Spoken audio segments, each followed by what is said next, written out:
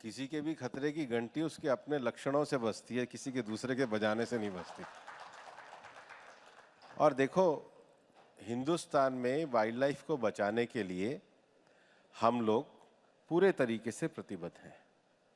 और ये जो पूरा क्षेत्र है जिसमें कर्नाटक का बांदीपुर बीआरटी का जो वन्य क्षेत्र है, केरल का वायनाड का है और तमिलनाडु का मदुमलई है, ये सारा जो वाइल्ड लाइफ एरिया है, इसमें जो वाइल्ड लाइफ का जो मूवमेंट है उसकी ज़मीनी परिस्थिति को जानने के लिए, और वहाँ अभी हाल ही में जो घटनाएं हुई थी उसके लिए एआई का उपयोग करके वन्य जीवों से लोगों के जीवन की रक्षा के लिए, और इन सब की चीज़ों को जानने के लिए गया था। लेकिन मैं आज आपके सामने एक चीज़ शेयर करना चाहता।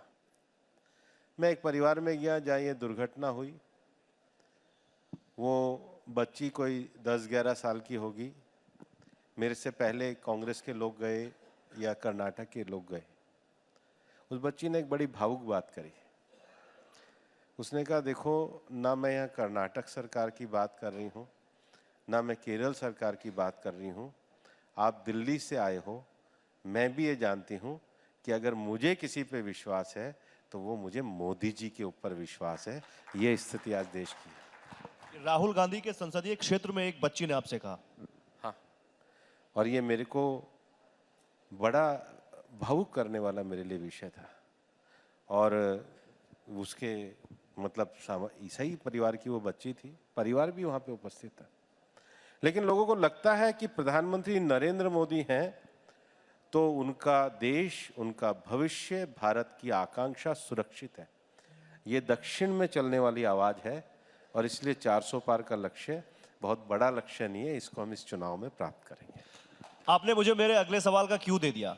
400 पार अगर करना है तो दक्षिण का किला भेदना होगा, और कर्नाटक छोड़ के बीजेपी के लिए दक्षिण अभी भी एक टफ कॉर्नर है।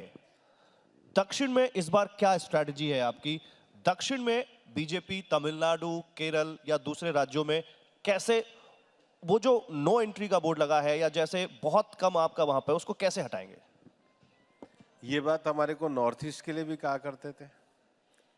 आज त्रिपुरा में भी बीजेपी की सरकार है, आज मणिपुर में भी बीजेपी की सरकार है, आज अरुणाचल में भी बीजेपी की सरकार है, आज मेघालय में भी हमारे पार्टनर की सरकार है, आज नागालैंड में भी हमारे पार्टनर की सरकार है, आज सिक्किम में भी हमारी सरकार है, आज आसाम में भी हमारी सरकार है। तो ये तो नॉर्थ ईस्ट के लिए भी कहा करते थे। बीजेपी सबका साथ, सबका विकास, सबका प्रयास, तो उत्तर से लेके दक्षिण तक, पूर्व से लेके पश्चिम तक सभी जगह जाने वाली है और सभी जगह जाकर के हम 400 पार के लक्ष्य को प्राप्त करने वाले हैं। क्या बात है, बड़ा अच्छा लग रहा है आपको कॉन्फिडेंस देख के। लेकिन एक कॉन्फिडेंस आपके विरोधियों में भी है, इंडिया गठबंधन। और इंडिया गठबंधन पहले तो लग रहा था कि ट्रैक से उतर रहा है, लेकिन अब वो ट्रैक पर आना शुरू हो चुका है। धीरे धीरे उनकी सीटें भी बढ़ रही हैं, धीरे धीरे सीट शेयरिंग भी हो रही है। खतरा मानते हैं और मानते हैं कि इंडिया गठबंधन आप लोगों के लिए इस चुनाव में कोई बड़ी चुनौती देगा? कौन से ट्रैक पे चल रहा है? पंजाब में उनकी गाड़ी उतर गई, जम्मू में उनकी गाड़ी नहीं चल रही, बिहार में उनकी पटरी से गाड़ी पे पटरी नहीं है, बंगाल में वो चल नहीं पा रहे, नॉर्थ ईस्ट में वो बिखर के चले गए। कहाँ पे चल रहे हैं? आपको ही दिख रहा होगा। आप, मुझे लग रहा है कुछ आप ज़्यादा, उनसे ज़्यादा आशान्वित आप मुझे ज़्यादा लग रहे हैं। वो खुद ही अपने विश्वास में नहीं है, आप इतनी क्यों आशा रख रहे हैं? नहीं, मैं आशान्वित नहीं हूं, मैं तो फैक्ट बता रहा हूं, क्योंकि सीट शेयरिंग हो गई। आज दिल्ली में आम आदमी पार्टी ने बाकायदा टिकट भी अनाउंस कर दिया। बिहार में सीट शेयरिंग हो गई? नहीं, बिहार में तो नीतीश कुमार आपके पास आ गए। बंगाल में सीट शेयरिंग हो गई? बंगाल में लोग कह रहे हैं बातचीत चल रही है शायद। पंजाब में सीट शेयरिंग हो गई?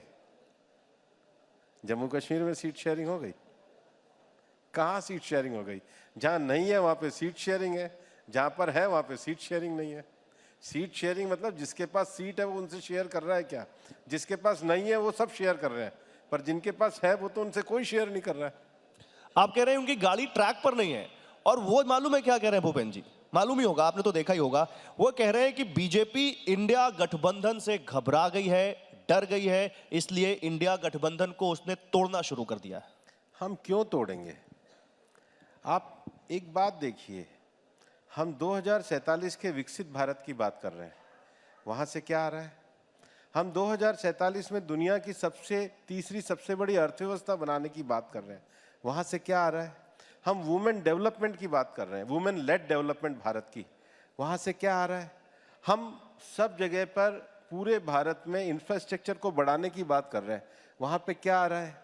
हम देश में नई जातियाँ, मतलब गरीब, अन्नदाता, युवा और नारी शक्ति, इसके विकास की बात कर रहे हैं। हम एक पूरे पॉजिटिव एजेंडे को लेकर पूरे देश में चल रहे हैं।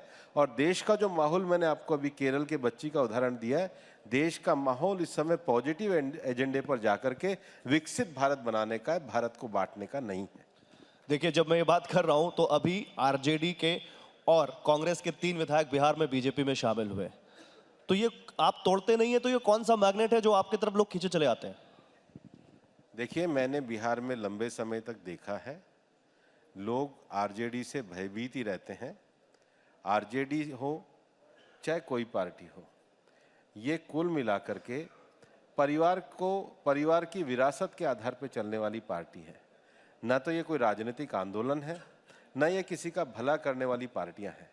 ये पार्टी केवल और केवल राजनीति में नए सामंतवाद को खड़ा कर रही है।